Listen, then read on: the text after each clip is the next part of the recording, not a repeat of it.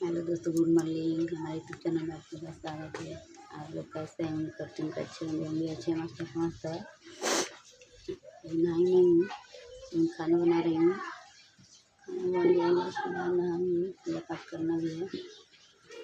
सबसे खाना बन रहा है। खाना बन नहीं रहा है, खाना बन गया है। अभी कुछ बना है इतना सारा बन गया है। बस इसी पर ढक कर रखेंगे तो गर्म रहेगा। आलू का भुजिया है।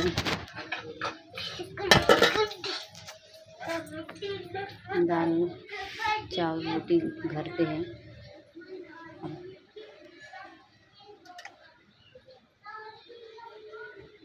बहुत गर्मी पड़ रहा है, बारिश भी नहीं रहा है। किनके किनके गांव बारिश हो रहा है, कमेंट में ज़रूर बताइएगा।